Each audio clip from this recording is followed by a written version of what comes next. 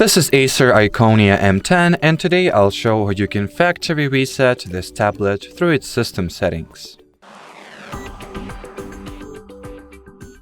So in the beginning, launch the Devices Settings app. Here scroll all the way to the bottom and enter the System category.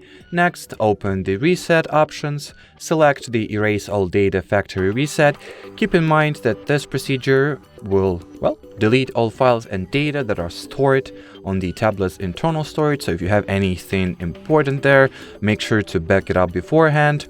Once you, did that and you're ready to proceed with the hard reset, press the Erase All Data button, then confirm by pressing the same button in the same place once again, and now simply wait for the data wipe to be completed, and the marker that you should be looking for is the initial device setup. Once you'll see the setup screen or setup interface, that means that the factory reset procedure is done.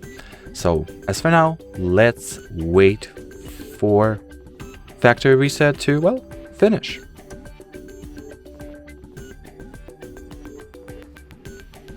And here it is. So that'll be it for this video. Thanks for watching and bye-bye.